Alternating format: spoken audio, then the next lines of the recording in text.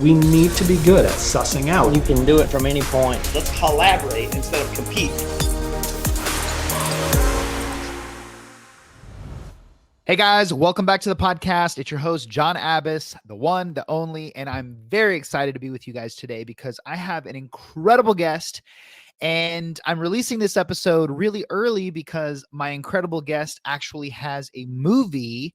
As I'm recording this, it's coming out on Lifetime in a couple of days, and so I just want to be there to support and promote his movie and all of the hard work that he put into it. If this is your first time listening to the podcast, all I ask is just take 1 second, hit that subscribe button, whether it's on YouTube or Apple or both.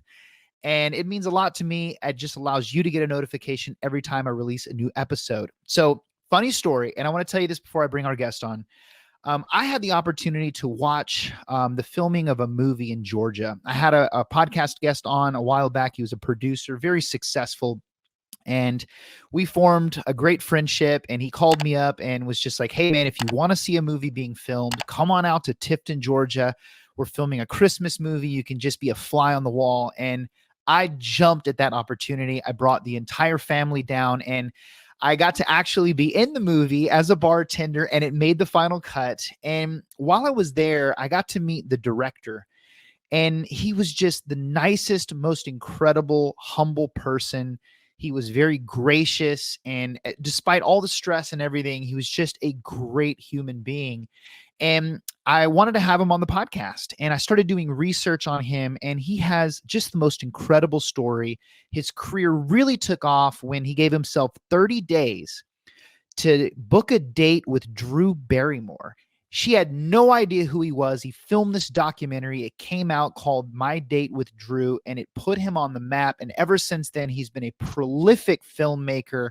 And he has not one, but 2 Lifetime movies launching in the next 30 days. And one of them is this Saturday, November 12th. And I'm just excited for you to hear from him. His name is Brian Herzlinger, an incredible man, an incredible director.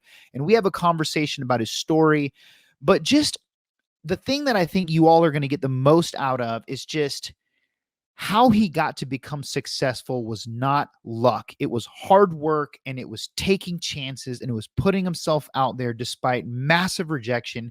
And I think you're going to learn a lot of lessons in this story. And it was just a great conversation all around, and I can't wait for you to listen to it. So enjoy the show. All right, Brian, thank you so much for being on the podcast. I've been actually looking forward to this interview ever since we first spoke. So I'm excited to have you on from California. Thank you for being here. I'm excited to be here. Thank you, John. Thanks for having me. Absolutely. We're reuniting. Yeah, from and set. it feels so good. Absolutely. So I want to give a little bit of backstory to the audience, if you don't mind, for just a second. So, Sure. You know, when we met, it was on the set of The Holiday Dating Guide, which is a film that you directed, which is exciting and set to premiere next month. Is that still like? Yes, the premiere date is December 17th on Lifetime. Perfect. And I'm excited to talk about that film because I was actually able to watch that being made, and it was just an incredible experience. But I remember, you know, me and my wife were just talking and thinking like how unbelievably super relaxed and easygoing you were despite the massive pressure and multitasking required, you know, during that filming. And fast forward a little bit, I had the opportunity to interview the star of that film, Brent Bailey, and incredible guy. But yeah, he's great. We're good friends. Awesome. Yeah, it was a great guy. And I just remember during that interview with him, he just mentioned you several times as just an incredible mentor, an inspiration to him. And that's when I knew that, yeah, it would be an honor to have you, you know, on the show. But I'll tell you, Brian. Well, first of all, I have to pay him $20 every time he says something nice. So don't take it for what it's worth. But no, that's very sweet, and he, you know, I appreciate that. And yeah, there's no holiday dating guy without Brent. You know, it all started with him.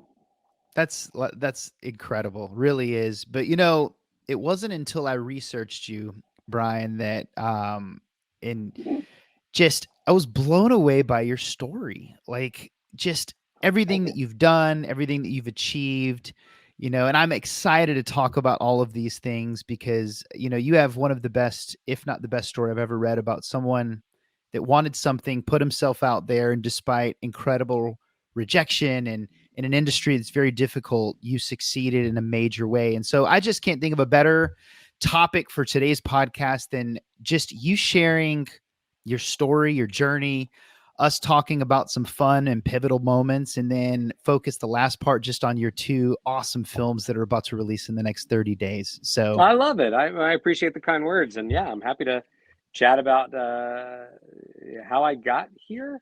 Yes. I don't know where here is, but yeah, it's so where do you want to start? Well, I want to start. So you live in LA, but you're not from LA. You're from. Well, I was born in Brooklyn, New York, but raised in South Jersey. So I'm from a town called Marlton, New Jersey, right near Cherry Hill, which is right near Philadelphia. And grew up there. And I went to film school in upstate New York, Ithaca College, and made my way out to Los Angeles as part of the internship program from Ithaca, where I made a point to make sure I got to intern for my idol, Steven Spielberg, at Amblin Entertainment and DreamWorks. So I did my final semester of film school out here in Los Angeles, doing that internship, and then just stayed. That was it. And graduated out here. Wow. And that was 90. I've been out in LA since since August of 97. So, wow. Now, so you went to film school, so you knew you wanted to be in film since you were young, I'm assuming. Oh yeah. Well, I've always wanted to make movies. I was going to be a veterinarian actually, but because I never thought there was a world in which I could make a living doing something that I love so much. Right. I just love movies, and then I realized that you give it a shot, maybe you can, and so that's what I did, and wound up embarking on one of those. You hear actors talk about it, writers talk about it, directors, producers, musicians. When you're pursuing a career in art or the crafts, there's no real path set out for you. That's right. And that's right. Kind of you have to make your own path, and that was something that was made very clear to me. I did not know anybody out here. I didn't know anybody, and all the relationships you hope will lead you to getting a step closer to your dream may not always be what you expect. They may not live up to your expectations, or the opportunities may come from a different person or a different opportunity. And it's just a crazy roller coaster ride, is what it is. And my story is not so unique. It's just that, I happened to make, the first step I took into directing happened to make a kind of worldwide statement. And that was bred out of being in Los Angeles for 6 years at the time, and thinking that I had been out there for a lifetime and I should have been directing Star Wars by that point. That's right. But finding the kind of face to face with the reality of no one is going to hand you the opportunity. You kind of have to make it yourself. And if you have a passion to tell your story, whatever story it is, the tools are there to do it. It doesn't matter if you have the money or not. It's up to you. The only thing stopping you from doing your project is you. And so I was fortunate to team up with two of my best friends that are still my best, they're my brothers, John Gunn and Brett Wynn, who made My Date with Drew with me, which was the first movie. It was a documentary. We made it for $1,100. I want to talk about this for a minute because I had never heard of this, and I'm watching this, doing the research, and I'm like, this is the coolest thing. Did you watch the whole movie? Did not watch. I watched half the movie.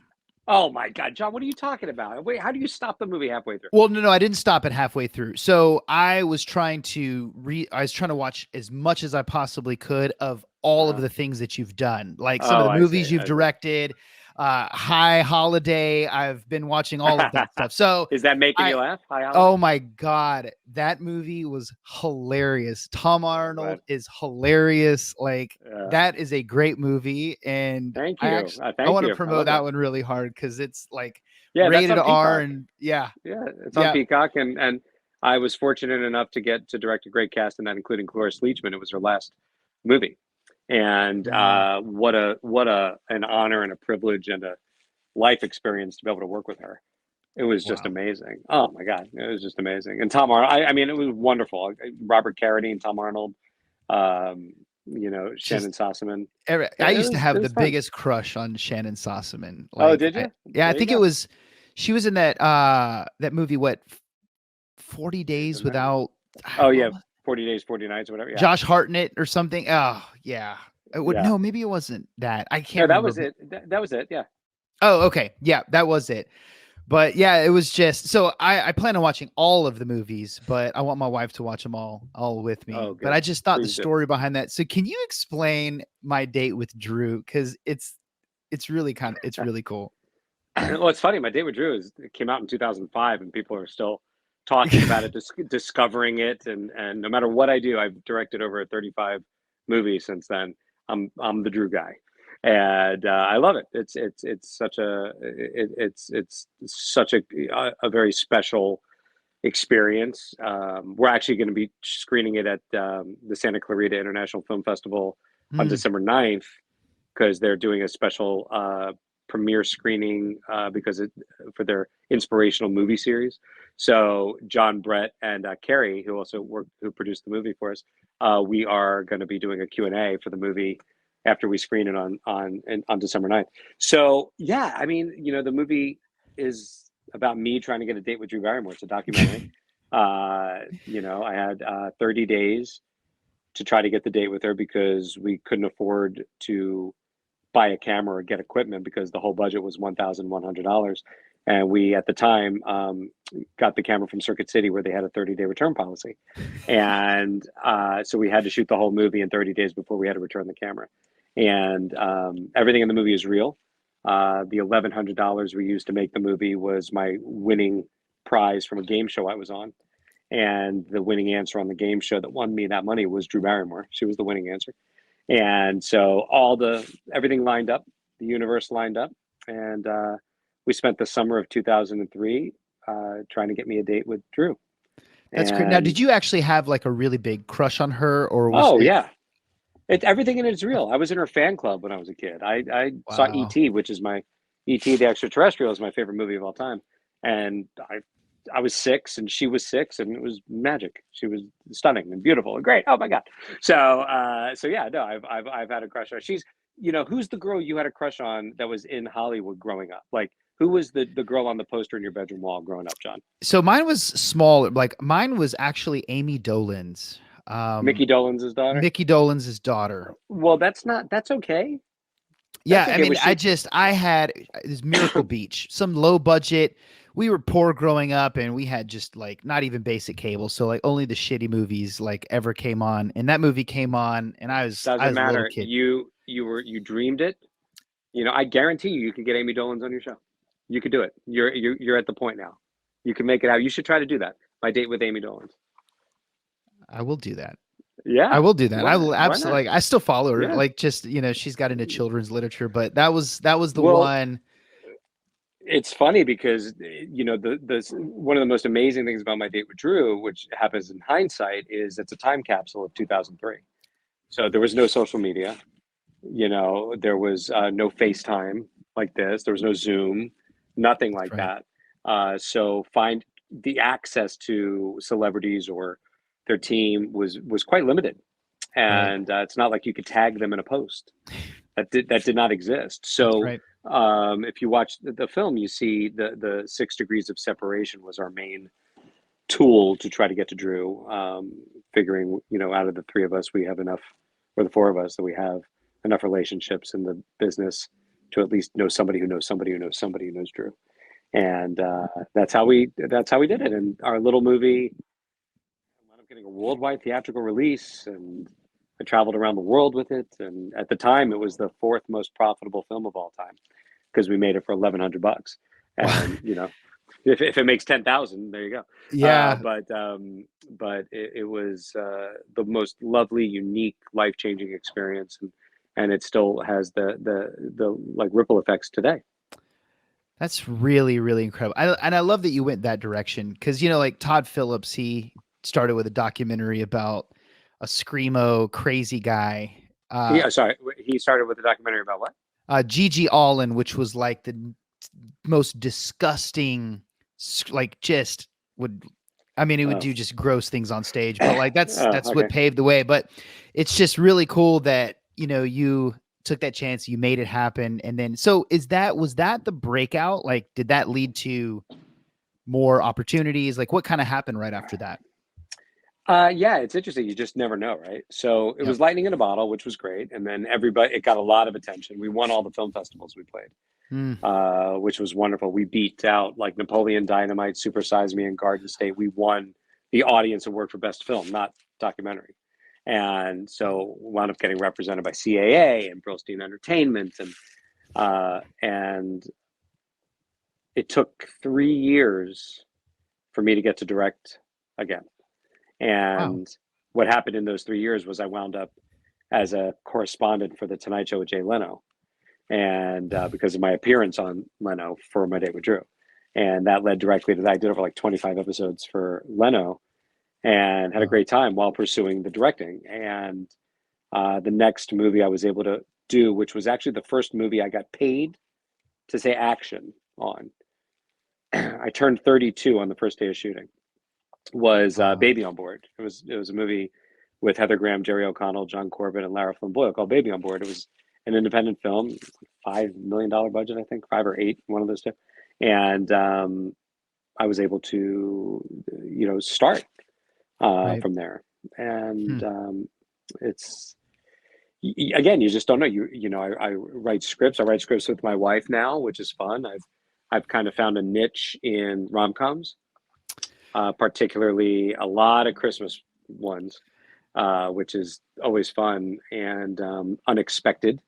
I call myself the go-to Jew for directing Christmas movies. Yeah, I was going to ask you about that because you've directed in a lot of different genres. Like, was it a choice that you just became the go-to expert for rom-coms in the Christmas genre, or was just? It's not something that was a conscious like goal. It just, I happen to be good at it. And I love Christmas. I love, never having it growing up. I always like, oh man, it is the most magical time of year. That's right. And there are so many bad Christmas movies out there. And there are bad rom-coms out there. And so my goal is like, you could count the number of great rom-coms on your hand, right? There's like 5. When Harry Met Sally, go down from there, right? But then what I found myself doing was exercising my directing muscle and my writing muscle in this forum of getting to make these movies that have great budgets. These are, there's millions of dollars at play with each of these movies. And, I get to put my fingerprints on it. I know the boxes I have to check for delivering these types of movies, but in addition to the boxes, I get to do my style, get my humor in there, get my goals as a filmmaker in there. And I'm fortunate enough to have relationships with networks and distributors where they basically let me just go ahead and do it. And without much interference, if any.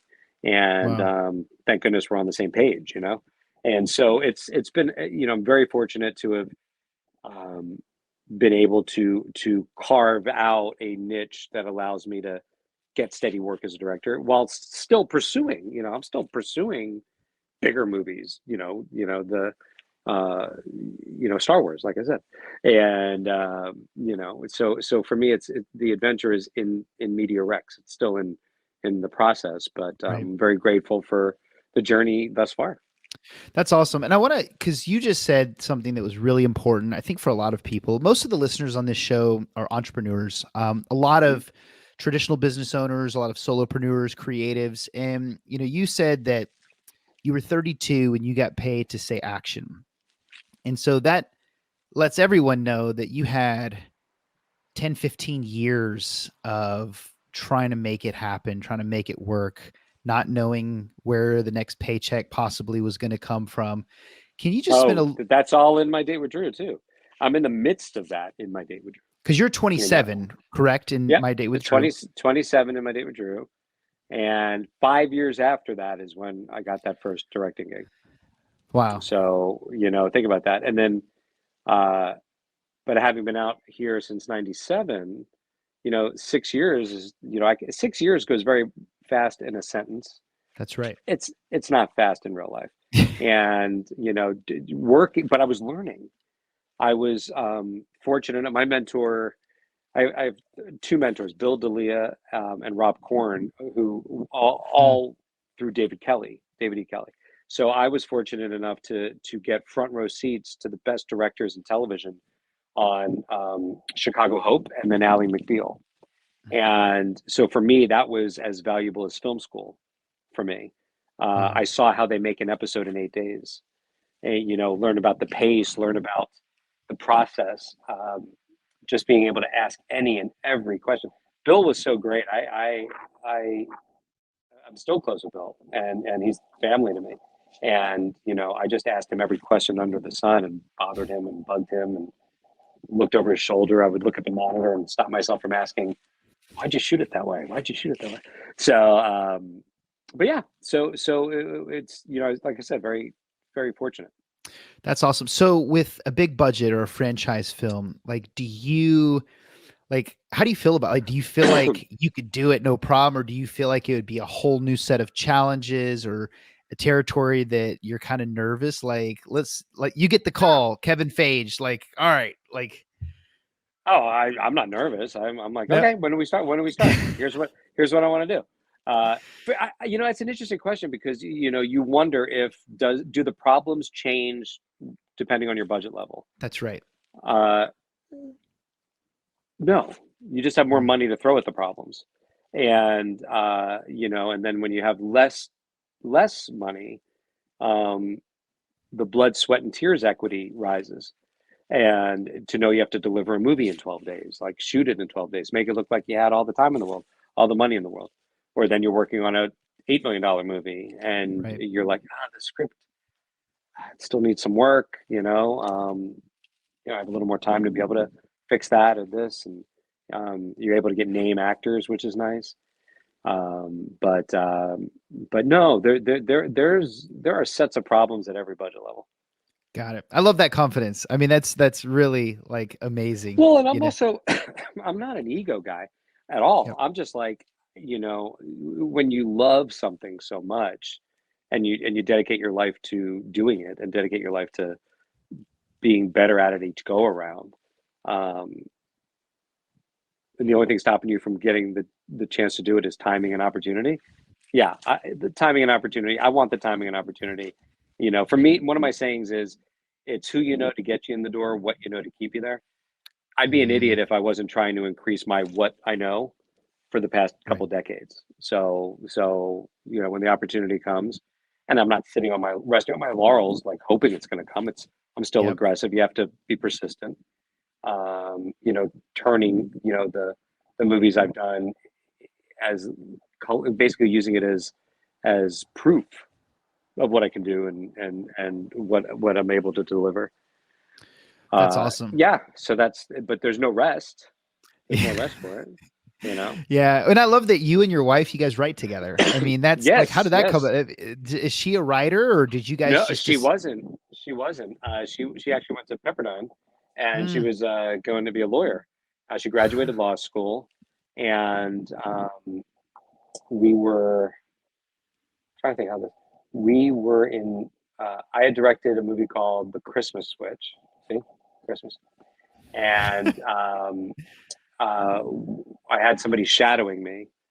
And she was wonderful. And her name was Kristen Richardson. And she was so wonderful and had an amazing time. And I love teaching. I love giving access to anybody because that's what I had on those sets on Chicago Open, Ally McBeal. It's just ask me anything. I'll help you. If I can help you, I'll help you. And she had a great time. So as a thank you, it turns out she's married to Kevin Richardson from Backstreet Boys, and invited my wife Megan and I to Vegas to the show. And they were doing a residency at the time. So anyway, so Megan and I go. Megan's a huge Backstreet Boys fan. I didn't realize how big of a Backstreet Boys fan I was until we get until we get to the show, and I'm singing louder than anybody. I know all the words. I'm like, what happened? And Kevin's wonderful. And anyway, so while we were there, we were just talking and came up with a concept. She really led the charge with this concept for a movie called Twinkle All the Way, and I loved the title.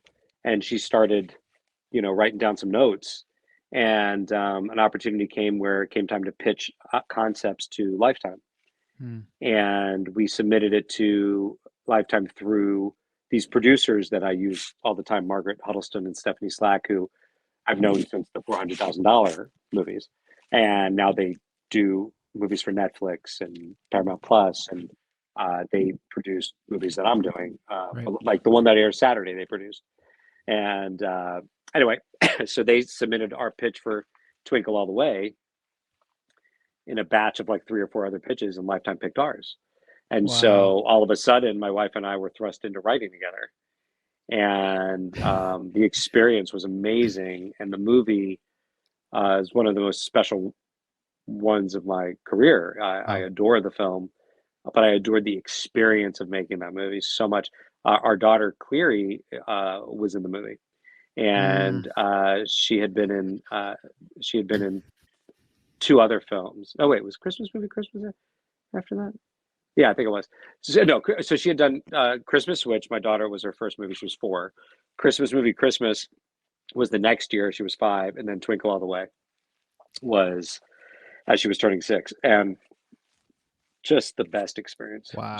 Just a family experience, and loved every second of it. And that's where I met Sarah.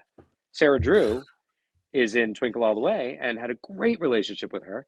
And she was inspired by Twinkle All the Way and that experience to write Reindeer Games Homecoming, which was her first script. And she gave it to Margaret and Stephanie. And then they all said, will you direct it? I said, absolutely. And that's how it goes. That's going back to the very first thing I said to you. You never know about that path. You don't know what path is going to lead to what opportunity. And this movie, Reindeer Games Homecoming, that premieres on Saturday, I am so proud of it. I awesome. Genuinely, I love this movie, and Sarah wrote an amazing script, and the evolution of what was on the page to what you're going to see was such a really fun, creatively inspiring process, and the movie, like, just it's a good one, and for me, anytime I make a movie that winds up on Lifetime, or it's a Christmas movie that winds up on Lifetime, I'm making a romantic comedy or a Christmas romantic comedy that premieres on Lifetime. There's a difference between a Lifetime movie and a movie that is made for Lifetime. But the beauty part is the network and the execs and the people in charge over there have been so amazingly supportive of all the work I've done there. And Holiday Dating Guide is a perfect example, because that premieres in a month, but I did that film independently. I didn't do that as a Lifetime original. We did that as an independent movie. Oh. And then I sold it to Lifetime. Hoping, and I had never done an independent Christmas movie before, because I had kept doing them all as originals. And it was a risk, because it was a lower budget, since it was an independent movie, and I still needed it to. What you need in these Christmas movies is what I call Christmas vomit. Every frame has got to be Christmas, and to achieve that with a few $1 million is a little easier than with not a lot of money. Right. But you still need to deliver it, So that's why Holiday Dating Guide has a special place in my heart too, because it was a test to see if we could do it. And I'm very proud of it. I can't wait for you to see it. You're in the final cut. You made it. Okay. I didn't want to ask that on air, but I'm so You made glad. it in. Like I've never like acted or anything. Like I've always wanted to be a producer and I love Mhm. that aspect of it, but it was just so exciting to see that. And I was gonna like definitely ask that. But I have a quick question before we go into the two films that are going to premiere, because I really want to focus the last part on there because I think everybody needs to watch that. There's thousands of listeners on this, but you know, I volunteer sometimes for like just the Nashville film scene. I know a lot of the people here, and you know, I I shot a meet. film in Nashville. I Have, did a film called A Welcome Home Christmas with Janet Kramer and Brandon Quinn and Tim Reed. I shot that in and around Nashville. I shot in Springfield, Tennessee, no way. Franklin, right I outside of will. Nashville. We live in Franklin. Oh, that's Yeah, okay. that's After we hang up here, A Welcome Home Christmas is airing like tonight and tomorrow. This is also a fun side effect of directing so many Christmas movies. Every year, it's like a Herzlinger Film Festival. They're airing like Twinkle All the Way was on yesterday. Christmas Dance Reunion, another one that my wife and I wrote that I directed that I adore. It's my version of Dirty Dancing, and I'm on a quest to do a big budget musical, a movie musical, and I love musicals. And this was my Dirty Dancing mm, one, and I was so grateful. We had Corbin Bleu and Monique Coleman from High School Musical, and these are two of the most. I'll start with talented. Two of the most talented, kindest, most professional wow. people that just exceed your expectations daily. Like it was Margaret and Stephanie produced that one as well. And but that's on. Welcome Home Christmas is on. Holiday Fix Up is on. These are all movies that I've Right. done over the past few years that they run every year at this time, and it's such a Christmas Switch is on. I was just flipping channels, and it's on another network. I'm like, well, okay, great. There you That's go. you're like the Woody Allen of Christmas. Oh Just my god. prolific, Oh my like god. dozens and dozens and dozens of movies, never stop. That's incredible. I'll take the Woody Allen comparison as a compliment. I As will. I it will. is a compliment in terms of sheer number of films. No Yeah. other comparison at all Thank in you. there Thank you. other Thank you. than just Well, look, and it's just it's also and we could speak to this further at another time, but when you have years that aren't um, great in terms of making sure you're going to be able to pay your rent, getting a movie falling through at the last minute, and you've said no to other ones because this one was going to go. When you have years like that, it's very hard to say no to an opportunity. It's yeah, I'm doing that's it. I'm doing it because you just that's never right. know. You That's just right. never know. And in the midst of creating my own opportunities, I'm always grateful for the ones that come knocking, you know. And fortunately, I've amassed a body of work where they could see, what I do, Hmm. you know. That's I wanted to ask just two quick questions on, Hmm. you know, volunteering sometimes here. There's so many people that their dream is to build a career in the creative arts, whether it's acting, writing, and you know, you've been able to do that. And so I have to ask these two questions just because I think it could help somebody listening. You know, knowing what you know now, if you could go back in time like to your 20-year-old self, what would you say are some of the most important things that you did or could have done, or you would give the advice to somebody that wants to make a career in this field to do? Is it, you know, persistence, networking? Is it growing? Like just any helpful advice? Well, my mentor Bill Mm-hmm. said, when you get into this business, there are three things you need to succeed. One is persistence.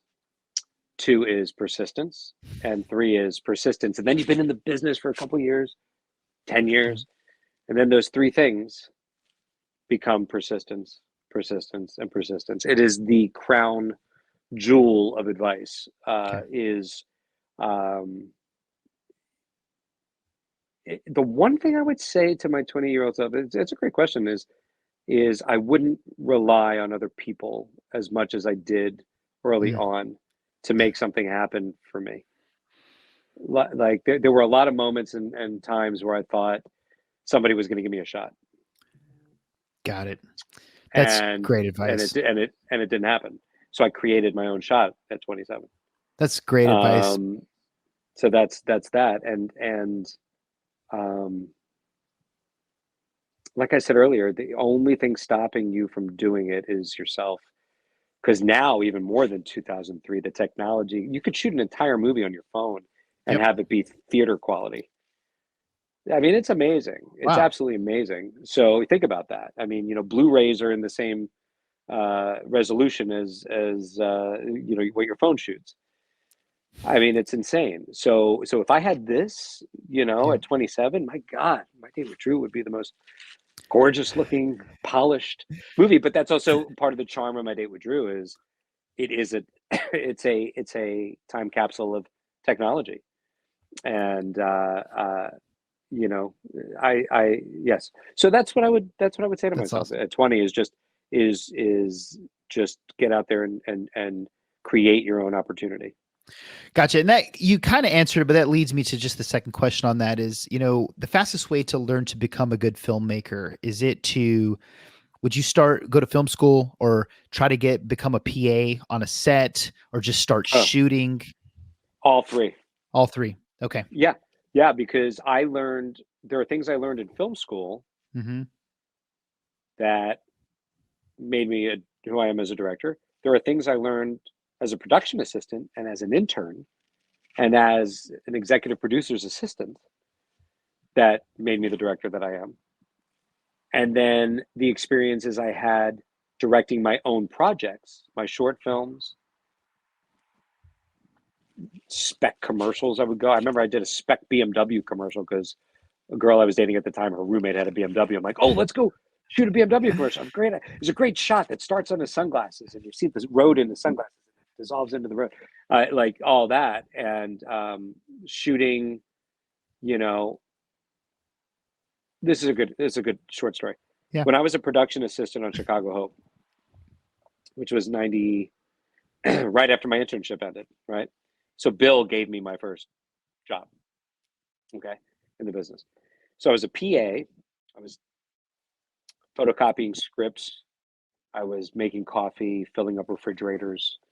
Busting my ass all day long, doing the little things. Yep. But no one made a better cup of coffee than I did. Nobody copied a script better than I did.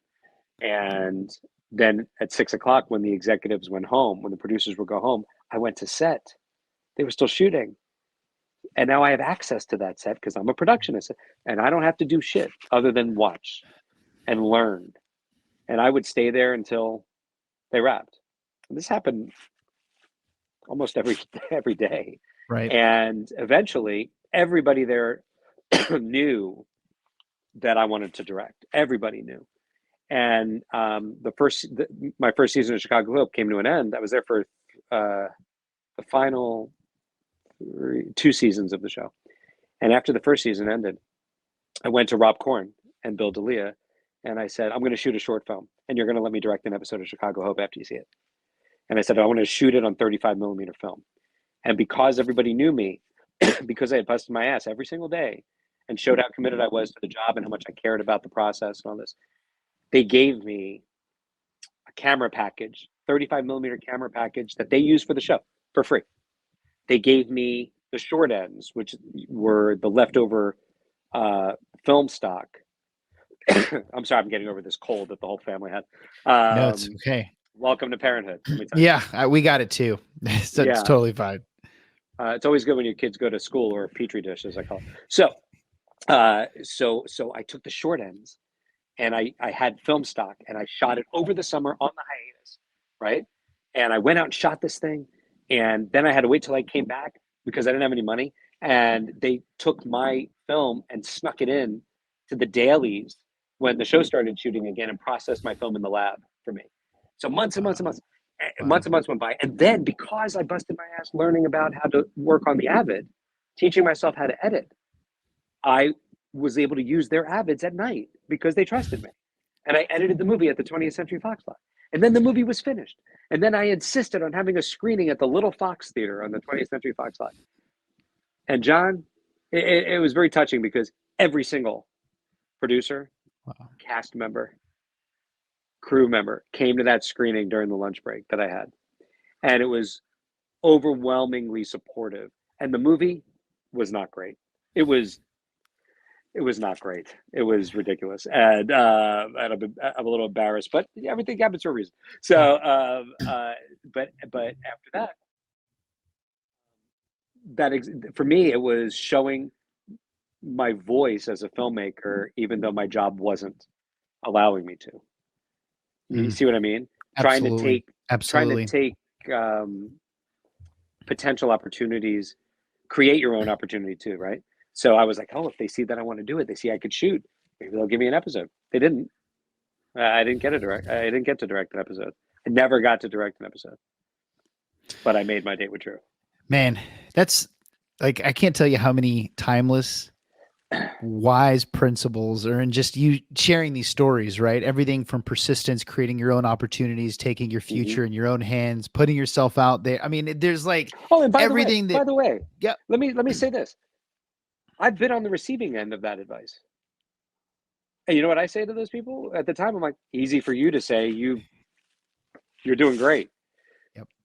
I'm not taking that for granted. I don't want anybody who hears me say that thinking, oh, it's easy, or it was easy. It's not easy to do that. It's not easy to create your own opportunity. You might get lucky and it might take less time than you think, but at the same time, you cannot be disheartened, Right, if it doesn't go the way you think it's going to go. And say yes. Say yes is another piece of advice. There are opportunities that lead to other things that you may not expect or want or see it as part of your path. Say yes to it. You have no idea what's around the corner with that. No idea who you're going to meet because of it. You just don't know. So right. I found myself saying yes to Jay Leno when he offered me a correspondent gig. It wasn't something I was looking to do. It wasn't something I was looking, and that was some of the best years of my life was doing that. And That's I found something that I love doing aside from directing, and it was great. That's awesome. Speaking of BMW, which you said earlier, last weekend, we're in Gulf Shores.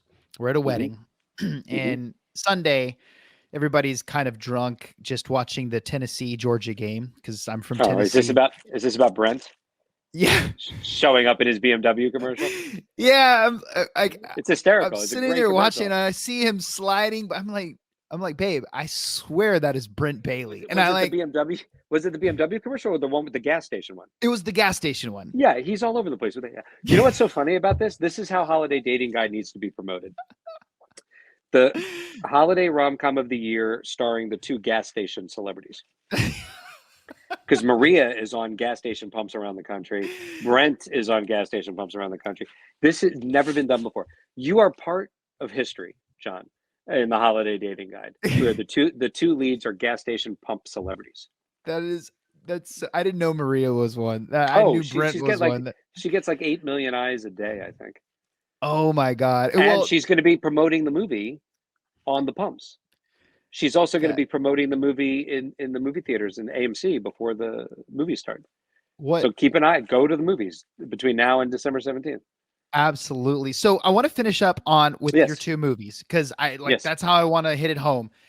So the first one releases in 3 days. By the time everybody listens to this, which will probably be Saturday, it'll be tonight or tomorrow. So immediately get to your DVR right now if you're listening to this and watch it. Go record it, watch it tonight.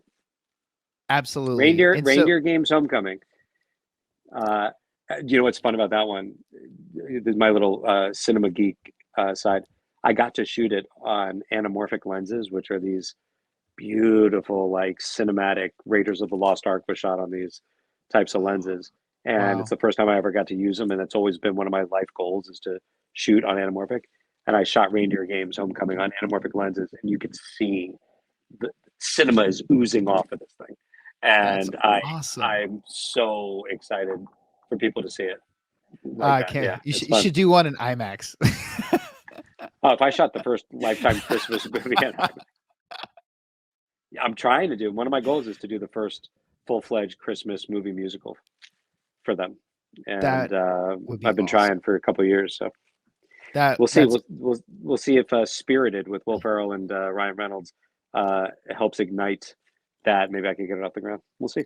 awesome. So guys, this Saturday, November 12th, we have Reindeer Games Homecoming, and then right after this, just a month later, the Holiday Dating Guide. Make sure you look for that movie. Set That's DVRs December to 7th, December 17th. And that's a fun. Wait till you see. I'm really proud of that movie, and Maria Menounos is, you know her as a personality, but Yep. you'll really get to see her shine as an actress. And Brent Bailey is terrific in it as well, because for him, he wrote the thing. And so the two of them together were quite charming, and I'm very excited for people to see them together. Yeah, we can't wait. And I just want to thank you so much for your time. My last question is there any social media, anywhere that you like for people to follow, like your content, your journey? I mean, sometimes I know filmmakers privacy is important to them. And so if not, it's totally No, fine. But I think no, for me it's it's Brian Herzlinger on Instagram. perfect. And my wife insisted that I create a website, so she created it for me. Just because I never have a hub of all the movies I've done. So BrianHerzlingerFilms.com is live. It's live. Wow, your It's wife is new. It's your live. wife is a badass. Like My she wife is the like best. that's My wife is the. The real thing, I would go back to my 20-year-old self, and I would make sure I told him, definitely ask Megan out. That's what I would say. That don't question it. Just ask her out. So there you go. That's awesome. Well, it looks like it's a good thing that it didn't work out with Drew. And I can't. How far did you get in the movie? Where did you stop? So I watched about 30 minutes, and then I watched the ending. And then How dare you? I know. I'm so sorry. I'm so sorry. Like, you have so many films. John, you're now a filmmaker's nightmare. This is what you are. You've gutted me. I've been gutted. You stopped. You paused it and skipped. To Well, the no, end? I wanted to watch it with my wife. I wanted us Uh-huh. both to watch it together. So I was watching it to research you, and I I see. loved I it. know, And I I was know, I like, know. I'm just kidding. yeah. So I was like, you know what, babe, like, let's watch this together. And so I did that with a few movies, actually. Like, I'll get into it. I'm like, man, this is really actually funny. And Right. so, yeah, Well, I hope your wife enjoys it when you guys watch it. She will. And Brian, I just thank you again. You poured into everybody today. I know everybody's going to get a lot out of it. I can't wait to promote this like crazy. And man, just thank you John. for I being a appreciate it. mentor to so many people, and just being able to offer, as busy as you are, being able to offer your time to mentor other people and help them get where they want to go. So thank you. Well, Thank you for your time today. You're welcome. Thank you. I appreciate the opportunity. It's a blast. Absolutely.